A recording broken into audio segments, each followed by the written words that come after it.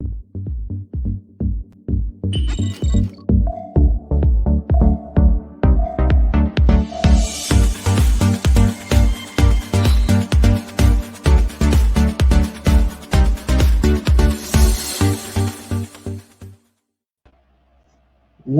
is your IT status? Do you even know what your IT status is? Do you know where your systems are? Do you know where your downtime is? Do you know where your integration gaps are? Wes knows, and that's why I have him here tonight. Wes is one of those guys that will take your IT questions and turn them into answers. And I love the fact that I don't have to worry about what those questions are because I know the man with the answers. Wes Sneed, welcome to my show tonight. My brother. Thank you. I appreciate you having me on. Absolutely. Absolutely. It's one of those things where, yeah, appreciate that introduction. That was completely awesome. I've never been introduced like that. That kind of blew me away. Well, I'm glad you liked it, buddy. I like to make sure that I get everybody's attention because I'm not doing this because I'm trying to be silly. I do this from a very serious point of giving value. And I invited you on here because I know you have value that can really help people. And the whole catch is that a lot of people don't know the answer to those questions. They don't even know how to ask for help or get saved from their technical challenges. And this is one of the reasons why I started like that, because I want to get people's attention into a place where they not only are aware of what their challenges are, but they know how to reach out and get help for them. And that's why I have you here, my friend. And I know that you have a lot of skill, a lot of background. And having said that, my friend, go ahead and give us a bit of a background story. Tell us how you got to where you are and what it is that made you love this so much. Well, originally I was a firefighter, and then I up and decided, you know what? It's time to move on. I love firefighting, and I respect firefighters. I respect everybody in public service and thank them for everything they do. But I said, after 15 years of being in public service, it's time for change. Nice. And that's when I got a job with Cisco Systems as a network engineer and was able to participate in their building out of their new 2 data centers. Yeah, absolutely loved it. So I said, you know what? Let's start my own business. Yeah. And that's kind of where I got my start. Is I was like, you know what? I can make money for everybody else, or I can make money for myself. I like setting my own schedule. I like being able to take care of my own problems and seeing everybody else's problems. And one of the things I absolutely love is helping the small to medium-sized businesses that wouldn't have that help if it wasn't for someone like me that's willing to come out and take care of their needs and take care of their services. And one of the biggest problems I see is a lot of people don't know that they have a problem until they have a problem. And it's like, well, crap, what do I do now? Yeah. And that's kind of why I started. What I love doing is I've had quite a few people and friends and neighbors, well, I need this taken care of. And I'm like, you know what? This could be my business. And that's when I started my business. I was like, I'm a network engineer. I know the stuff. I've got plenty of certifications. I've got plenty of partnerships. So why not solve it for the little guys that couldn't afford to have me full time? Beautiful, beautiful. I love it. And you touched on something really, really profound when you said that a lot of people don't know they have a problem until they know they have a problem. And a lot of people will even ignore that problem even after they know they have it. And they'll just, I don't know what to do. And I don't know where to look for help. I don't know who to ask for help. I don't even know what kind of help I need. Right. And it's one of those things where that is very prevalent. There's a lot of people trying to run a business with one arm tied behind their back and running they're both legs in one pant leg, and they're just tripping themselves up every time they turn around. Right. And it's scary to think that people can build a business like that. It really is. It is very scary. And a lot of people, I have noticed that some of my new clients that I go in and I actually perform an audit and start watching their network, they don't even know what's going on their network. They don't even know that 10 of their devices actually have malware running in the background. All they know is their network's slow. And that's usually the number one thing that I get is, my network is slow. Why is it not working? It's not that your network's slow. Your network's fine. It's what's going out of your network. Yeah. And there was a client now that I plugged in the firewall and got it up and running. Within 30 seconds, I had her issue resolved. that had been a problem for a year and a half, and they didn't even know that she kept upgrading her plan and tried to keep getting faster and faster internet. Well, that's not going to help you when you have malware and when you have viruses on your network. And people don't realize that when you get your ISP router and all of that, they provide a firewall, but that is not good enough for a business. It's not business grade firewall.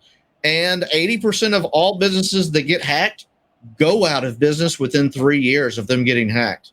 Because I'm the same. If I get hacked, I don't want my information out there. Would you? No. Businesses don't think about that. And as much time and energy as we've all put into our businesses, is it worth going out of business by not having the correct equipment? I mean, one of the things that I put on my Facebook earlier this week was, you can have a firewall for a cost of a cup of coffee each day. Most people think, oh, well, I'm a little company, I can't afford that. You can get decent firewalls that will do your job for under $1,000. Yeah. Well, $1,000 worth your business, it is for me. I don't know about 100%. Oh, yeah, any business is well worth more than that. Yeah. It's an investment in making sure that your revenue and your database is secure. I mean, how can you be confident with your database and expect to grow your revenue when you know that you're sailing a ship with holes in the hull, man? It's just crazy. And when I saw the things that you do and how intuitively, how simply you make it seem, it was one of those where how in the world why did I leave that out so long before I actually chose to embrace it? And it's like you said, the lady went for how long? And of course, we have someone saying that's awesome information to know, right? It is. And the thing is that you don't know what you don't know. And in the meantime, you're getting screwed. Yeah. And you could even be getting taken over by someone that you don't even know. A hacker could be selling your information, getting into your bank accounts and taking a percentage of your revenue. You don't know. Yeah, you don't know. And that's the scary thing, is most people don't understand that they can literally get into your network. Yeah, you might have a firewall on your Mac or your PC. That's fine and dandy, and that's great. That's going to protect that one device. Once it goes off that network, so once you go to, Google.com, they can monitor that traffic. They can read keystrokes. They can read and record phone conversations. And that's one of the scary things that most people don't understand, is you need to set your network up so your voice traffic is separate from your computer traffic, from your printer traffic, because of the stuff that's out there that can monitor that. So if you have it segmented properly, it wouldn't even see that traffic. Beautiful. So then you're not being monitored. You're not being taken advantage of. And one of the scary things is they can send phishing emails that look like they came from you. And I've seen it happen to school districts where they get an email that says, hey, wire me $25,000 that looks like it came from the superintendent, but it actually didn't. And they were getting ready to send that $25,000. Well, how are they going to get that back after the wire transfer? Let's say it's $100,000. It's gone. You just lost $100,000 of your business with something you thought you were buying. And without some of that security, you don't even know what's happening. That's amazing. And that thing is that it doesn't take much to seek this help, and it doesn't take much to plug those holes, but it takes a lot to fix the damage if you wait until the damage is done. Yes. And that's the part that really hurts. Now we're at the point where we're at the 9-minute mark here, and this is where I shut off a couple of my streams. So those of you that are listening in my personal profile or my business page, if you want to get the goods, the stuff that's really going to save you some money and have an opportunity to connect with Wes, then you need to come on over to my private group, mypersonalreality.ca. The link is in the post, and we will see you guys later. But in the meantime, I'm going to keep talking to Wes. If you want to hear the full story, you got to come over to the group, my friends. So in the meantime, here we are, letting everybody go one stream at a time. And I love that I can do this. This is a little bit of technology that I always appreciate, is we can always do these things when you know what to do. Exactly. Exactly. Don't know what kind of control somebody can have over your network. Right. They can start cutting stuff off. There you go. And I just proved that now we're in my private group only now, Wes. And that was my example of how easy it is for someone that knows what they're doing Mm-hmm. to manipulate a network and to be in a place where, hey, I just took over that guy's company and he doesn't even know. Yep. And if you just look at the statistics, the FBI has come out in the last month and said, since we're all working from home, hacks have gone up 300%. Wow. And you know who they're targeting? The small businesses. Yeah. Because they know that they don't have that infrastructure. Yeah. Yeah. You can't afford not to do it, in my opinion. I agree 100%. You want to go out of business. Yeah. And the beautiful thing about what we're talking about now is awareness. Right. People need to be aware. People need to know. And I'm so thankful that I invited you to be here. I'm so thankful that you agreed to be here, because this is going to save. Well, I mean, this whole group that I have here, and I'm thankful that you're in this group, is a collection of people that are trying to build a business. Mm-hmm. And this kind of information is crucial to their success in the future. You guys that are listening now or later on in the replay, trust me when I tell you, embrace what Wes is offering. Take him up on his offer and get your network nailed. You don't want to let this slide. Nope. You really don't. Now, Wes, just out of curiosity, what habit or skill do you feel is the most powerful thing that keeps you on the in that place where other people just either are afraid to try or don't know what to do? You know, I just continue learning stuff. That's the thing that I do. That's one thing I love about IT is usually when I go to a client or something like that, it's a new problem. So then I get to solve a new problem and I get to learn something new. So that just keeps my brain always going. And obviously there's new stuff coming out all the time. All the time. You buy a new computer 6 months from now, it's outdated. That sucks. That's just the way it is. Yeah. But you know, that's the world. But that's teaching you a new thing. And the way that the hacks are going on now are 100% different than they were 10 years ago, even 6 months ago. I mean, you have ransomware taking over entire school districts in Florida where they're having to pay hundreds of thousands of dollars to get it back.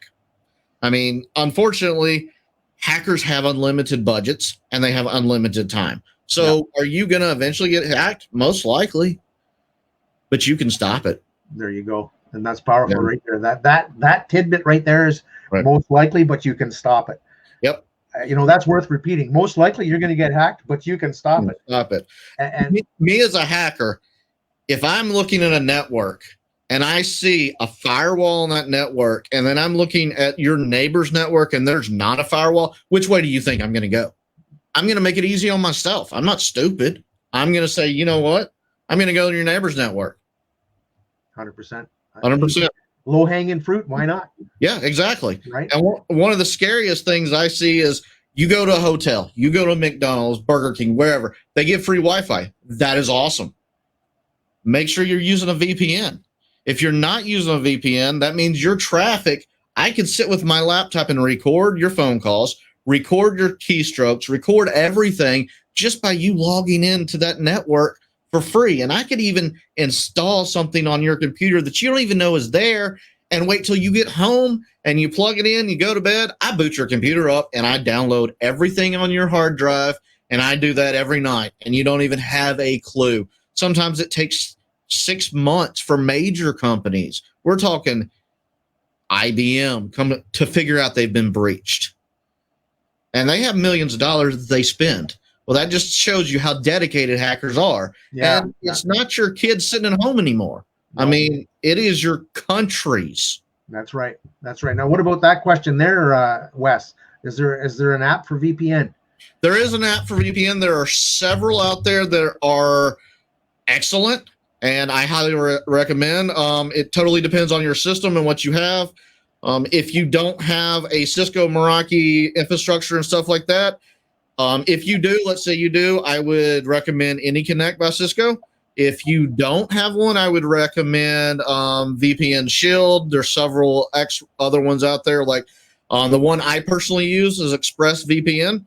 I'm not a partner with them. I'm not making any money off of them. I've just been using them for years. I love them. I haven't had a problem out of them. There's also NordVPN, which is phenomenal. Do a Google search and look at your top rated ones and just make sure that they have 256 bit encryption, and you're going to be fine. Cool. Beautiful. Good question, Connie. Thank you. And out of curiosity, Wes, what would you think would be your biggest lesson that you've learned and that you'd like to share for other people to not get stung by? Take precautions. Talk to an expert like me. Most of us are willing just to sit down and talk to you and say, you know what, this is what you need to do. These are the steps you need to take to protect yourself. And the scary thing is, when I used to work for a school district, I actually would go in and monitor the traffic and start pulling up the stuff kids were posting. And that would just blow them away. And I'm like, look, someone is always watching you. If you put it online or you put it on a device, someone can see it. So if you don't want it out there, don't do it. Yeah. Period. There you go. There you go. And a lot of people don't take caution seriously. They figure if nobody's watching over their shoulder, nobody can see what they're doing. And that there could be nothing more false than that assumption. That is just pure ignorance. And amazingly enough, 99% of the people believe that that's all it takes until after they get hacked, until after something happens and they go, oh my God, what happened? And then the work is even harder for you at that point, isn't it? At some points, I can't do anything for you. I had a client that came to me last year. He got malware put on his system, and it was 250-bit encryption. And he called me in. I looked at it. I had other experts that I know in the field that know 10 times more than I do look at it, and they were shaking their head. They said, you have no solution. You either pay them the $180,000 or you rebuild everything from scratch. Luckily, he was smart enough to have all his devices backed up, so we were actually able to go back and just erase everything they did, bring in his backup that was only a week old. So yeah, he lost a week of data, but he also saved $180,000. Oh, they had him for ransom. They had him for ransom, and there was nothing we could do. And the only suggestion I had for him, if he wouldn't have had that backup, is here's the number to the FBI. I'm sorry. We can help you keep it from happening again. That's amazing. Yes. So what they do is they put your information, your business, they go pirate on you, and then the only way they'll release it is if you pay them the ransom. And then you don't even know if they're actually going to release it or not. Right. They will encrypt your data, so encrypt that it would take 4,000 years to unencrypt it, basically at our computer power right now. So you don't have 4,000 years, obviously. So you either pay it or you don't. And the FBI is starting to release statistics of how often they actually unlock it. And it's not very often, because a lot of it's happening from other countries. Well, our legal system and all that have no authority over them. Right. What are you going to do if China hacks into your network and steals all of your information? There's nothing you can do. I mean, that's right. It's gone. It's gone. Gone is gone. Yeah. And it's quite the risk for those individuals that have had their information taken by those hackers, because now those people, those individuals, which could be in the thousands or millions, are at risk on a personal level. Right. And trust me from experience, having your identity stolen completely sucks. I had my identity stolen by a cell phone company, not going to mention their name. They had a breach. They figured out who the breach was, and he actually is spending time in jail right now.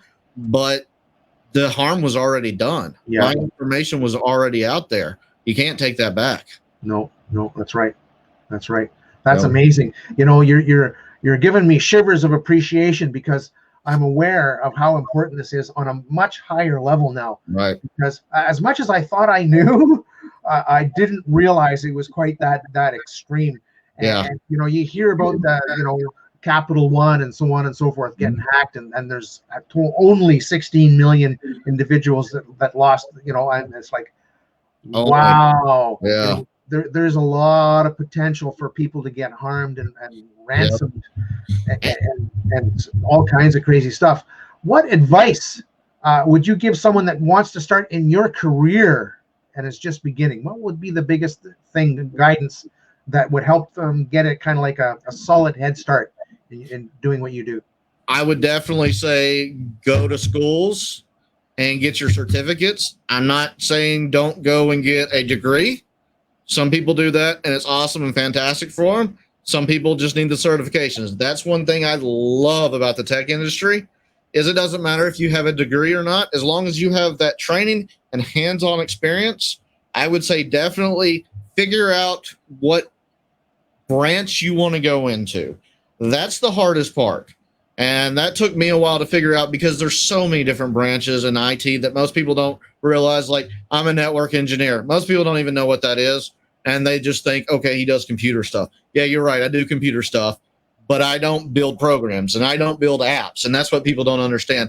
Figure that out and then go to your community college or online training and sit down and take those classes because they're well worth it.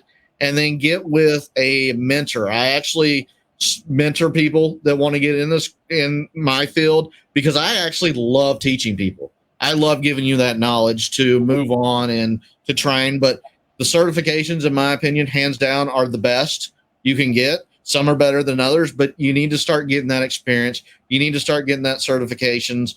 And if you're like me on weekends, I don't spend time on weekends doing random stuff. I'll get on a server and figure out how I can break into it. Or I'll figure out, you know what, Coach, you had a problem last week. I'm going to reproduce that problem and see if I can't make it worse. And just doing the hands-on stuff. And one of the things that teaches you with the hands-on stuff after you've learned it, go teach it to somebody else. There you go. Please. There you go. Please go teach it to somebody else because you're going to learn it better. And that's what I learned. That's tremendous. Hands down, the best thing I ever did was actually start teaching it to somebody else. Funny story. I was teaching it to one of my friends. I didn't have a whiteboard at that time. We were at their apartment. I pulled out a whiteboard marker. We went and started writing on their mirror. And I was like, this is what I'm trying to do. You know, it's a crazy story. I'm standing on a toilet writing on a wall. But you know what? I'm teaching somebody. And I'm like, you know, that makes more sense to me now. So, yeah, definitely spend the time and sit down. And with the people that's been in it for years, pick their brains and just talk to them because they know a lot. And a lot of things change, though. And that's the other thing is I'm actually learning from my nephew that is 16. Some of the stuff he comes and asks me, I'm like, you know, I didn't think about it that way. So definitely. Yeah. And it's amazing how a young mind can come at it from a different perspective. Oh, yeah. You never would have thought of, because as we get older, as we get more ingrained in our thought patterns and our routines, we get out of the habit of thinking out of the box. Right. And when you think out of the box, that's where all the really cool ideas come in. Yeah. Right. And so we have to be in a place where we're willing to be creative. We're willing to be vulnerable in our ability to realize that we need to learn. We need to tell ourselves that, you know, you don't know that. You need to go learn that. Yes. And having said that, what would be one of the greatest resources that you find available today for people that are trying to solve these problems, other than an IT expert like you, or even for an IT expert like you? What would be the best way, other than having a mentor? Like, I guess maybe I'm going to end up being told that get a coach, get a mentor, get your certifications. But I'm wondering what other resources would be helpful in those situations? There are quite a few websites out there. CBT Nuggets is one of them that does training classes and gives you information. Udemy is an awesome source. I use Udemy quite a bit because you can get, when they have sales going on, you can get training for $10-15. Well worth it. And I cannot tell you how many times that I have gone on to Google and typed in the problem I'm having and watched a YouTube video on how to fix it. I can't know everything, you know. I can't remember everything. Neither can you. No. YouTube, hands down, is phenomenal to find out information. And you know, the irony is that that is one of the things that I share with my clients is if you're not sure what to do, Google and YouTube and even Facebook sometimes has a really good database, and let's just hope they don't get hacked. Exactly. I'm sure it's happened. I mean, it's the world we live in now. Yeah. What do you think? And having said that, it's like it's almost one of those where we can go in circles, because the power of what we're talking about is circular, because it never ends. Right. You're always learning the new thing. You're always going, wow, I never thought of that. You're always in a place where you're thinking to yourself, what would I have to do to stop that? Because you've got to put yourself in a place where you're starting to think like the hacker. You're doing this profiling thing, right? And it's what kind of skills would you suggest for people to brush up on in that case? How can you teach yourself to think outside of the box? That's kind of one of the hard ones without having some of the experience and having some of the knowledge. That's really one of those.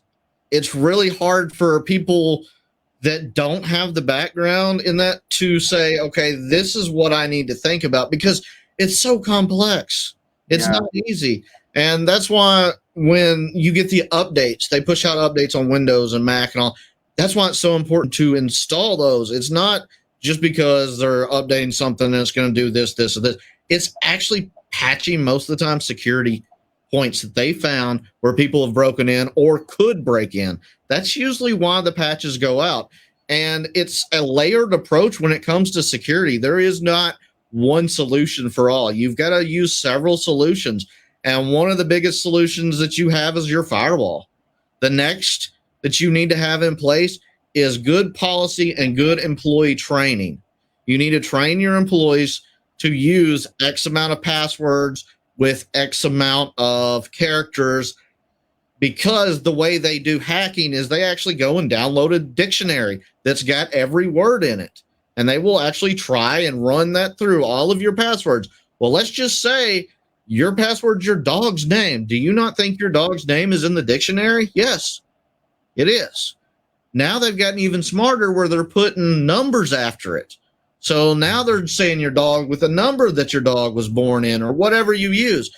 You've got to use random characters. And that's the scary thing is social engineering.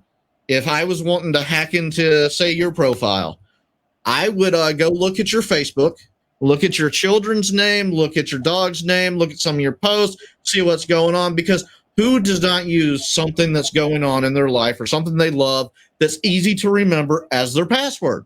I don't. Luckily, you don't. Most people do. So I actually have a bit of a hack for passwords, but I'm terrified to say it.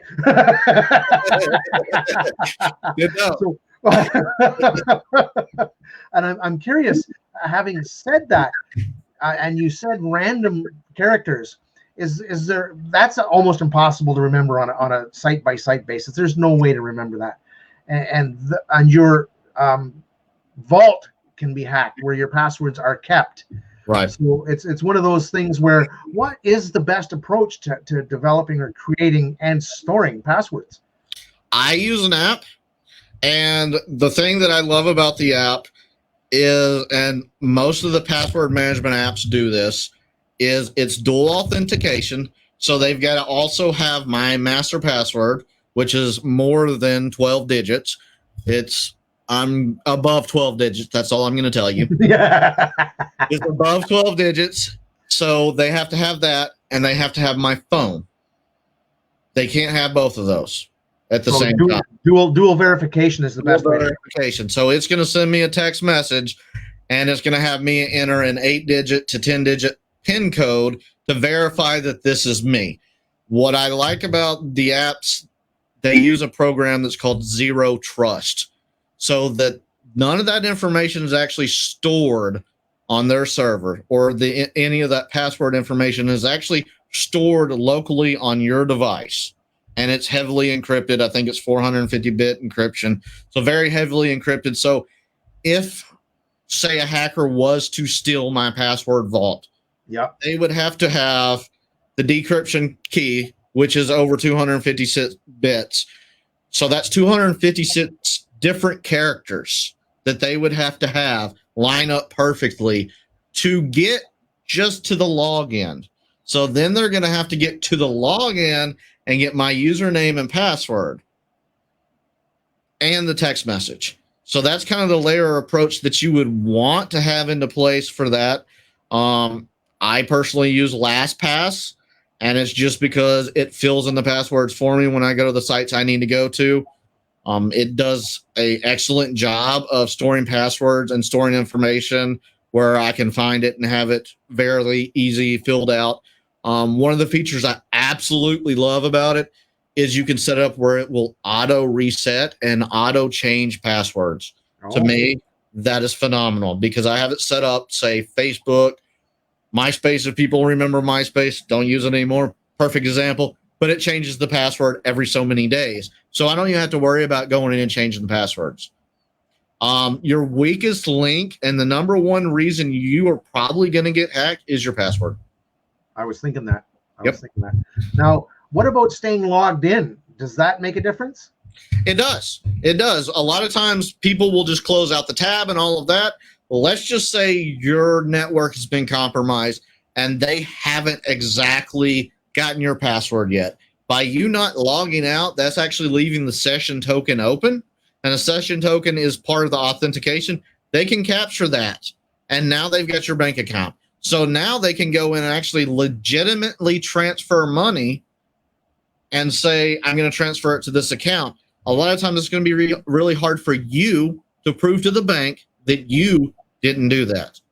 And that might take a while if the bank ever believes you. Right.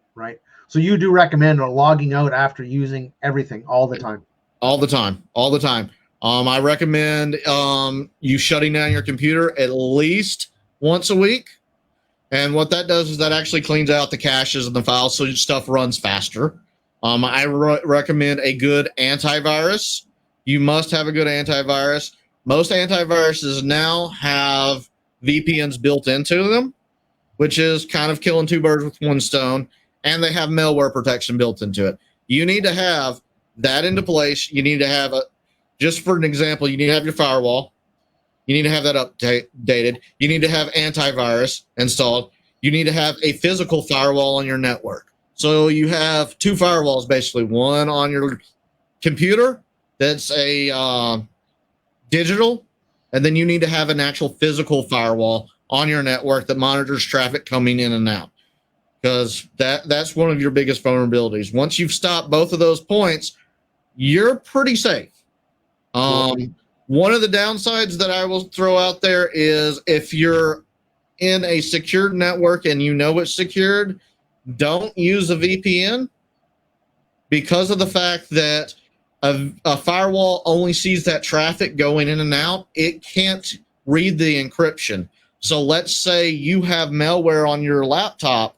That firewall will not be able to detect that you have malware and stop it because of the VPN is encrypting all of that traffic because it puts it in kind of like an envelope.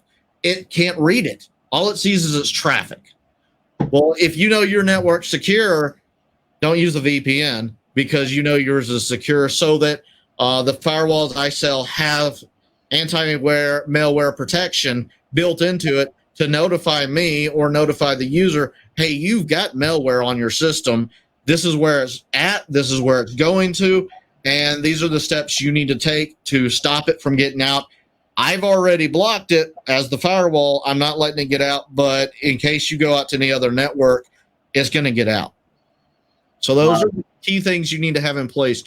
And do not trust your ISP firewall. It's not strong enough for today's stuff. And it used to be 10 years ago, you could get a firewall and you were said and done. Not anymore. You had to have a subscription because with the firewalls I sell through Cisco, they are continuously updated. So if they find a vulnerability, they instantly patch it and push it out there instantly so that you see the stuff on the news and all of that. 99% of my clients, when they call me, I can look in their system and say, we've already taken care of that. You don't even have to worry about it. It's fixed. Beautiful. And for you as a client, how does that release your stress when you call me at 2 o'clock in the morning saying, hey, Facebook just got hacked, blah, blah, blah? You're fine. You're secure. I can see that on your network that we've implemented that. You're safe. And how would someone monitor if they're safe or if they're secure or not? How do you know that? A lot of times what I have is I have a SOC, which is a Security Operations Center, where we actually monitor that stuff. And we have software installed on the firewall where it sees traffic going to certain websites, because you've got to realize that the hacker has to have a website for it to go to. Well, we have, I guess, other hackers, white hat hackers, that's all they do is they comb through the black hackers' websites and look for, okay, this is the website they're using. This is what they're using now. We need to implement that to block that, because nothing is 100% foolproof now. Right, right. There is no one size fit all. I wish there was, but there's not. Yeah, I hear you, brother. I hear you, and it's amazing how vulnerable we are and don't know it. Yes, yes, and people don't realize that you're sitting at that, going to the Zoom meeting and all of that, and let's just say hypothetically, somebody's recording that, and you don't even know they're recording it, and you're given, say, your credit card number to buy a birthday gift. Well, then now your credit card number's up there. Yeah, you can get it fixed really quick by calling the credit card company, but let's not even get to that point. Let's set up safeguards so we don't have that problem. Yeah. And thankfully, Zoom has done a lot of upgrades in the last little while. Yes. And what I do a lot of tutorials on how to properly use these things so that I don't expose myself inadvertently because I'm aware. But I had imagined that not everybody does that. And what about that comment that was on one of my posts, Dean? So there we go. I had someone post a link to a porn site on one of my YouTube videos. That's not really a hacker, is it? It could be. I mean, it could be one of those things that they're trying to get you to click on it, because by clicking on that link, you can actually inadvertently install malware or a virus or something like that and not even know it. And it obviously, basically anything that you don't have permission to do could be considered hacking. So by them putting that link on there, that could have been a hacker trying to get, say, you to click on it to see what it is, to get your login for information or get your MAC address or your IP address to see where you're coming from, so they could use that later tonight to try to get into your stuff. So that's one of those things that, yeah, it could have been. I mean, it probably wasn't, but I mean, you have a 50-50 chance at that point. Yeah. I deleted them, by the way, because they were suspicious. It wasn't an actual comment. It just looked strange. And after it was there for a while, I'm thinking to myself, that doesn't engage. That's not respond. I can't reply to that. And there's two of them. And then I had another friend have one, a podcast friend, and he put his our video up on his YouTube.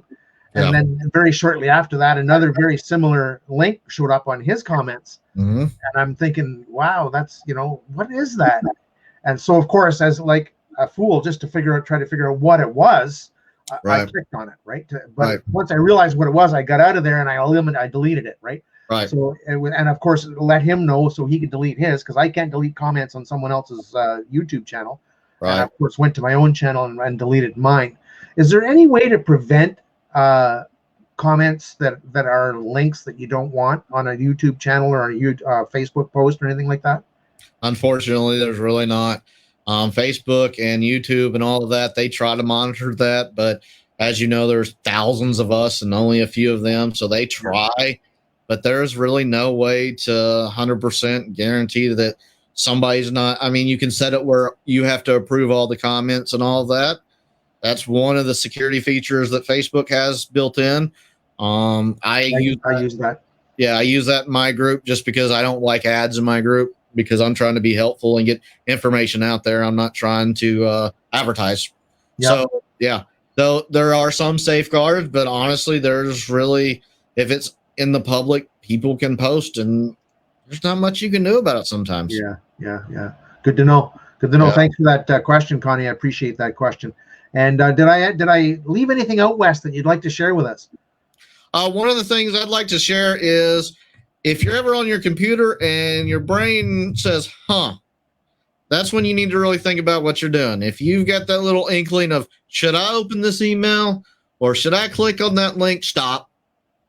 Just stop. Because if that's sending your spidey sense off, there's a good reason why your spidey sense is going off. And if you have a problem, reach out to an IT professional. That's what we're here for. And we're more than happy to help. Awesome. I'm going to have to get you to tune up my IT manager and make sure that he knows what he's doing. And having said that, I'm going to go over your links and let you explain what your services are. So the first one that I have is your website. Oh, that's your email, actually. Yes, that's my email. Yeah, and if anybody wants to reach out to you, they can use that link. Yep. I'll make sure that these links are in the post so that anybody that wants to reach out to you can. This has got to be your website. Yep. Everything that you offer is going to be in your website. And then, of course, if anybody wants to reach out to your Facebook page, there it is. Yep. Did you want to offer? Do you have a call to action for everybody right now, Wes? Did you want to share anything like that? Just be safe. Just be safe online. I mean, I don't mind coming to other groups and talking or doing one-on-ones with you guys to go over problems. Just think about security. That is my biggest thing, is let's stop it before it happens, please. Right. Yeah, 100%. 100%. Awesome. Really, really appreciate your time tonight, Wes. Anytime. Some super 24 karat gold nuggets there, my friend. Really, really appreciate that. And it kind of scared me a little bit. Unfortunately, that's the life we live in. Right? But scared is forewarned, and forewarned is forearmed. So that's I can only appreciate you, brother. And thank you. Connie says thank you as well, my friend. So you're welcome. I appreciate being here. Definitely appreciate your comments and your expertise and your knowledge. And I would encourage everybody that watches this video to reach out to Wes, get your system tweaked to the safe side, and don't be wondering, don't be guessing, and don't be doing anything dumb. And after having said that, my friends, I'm going to let you go with the amazing owl. I love this owl. That's awesome.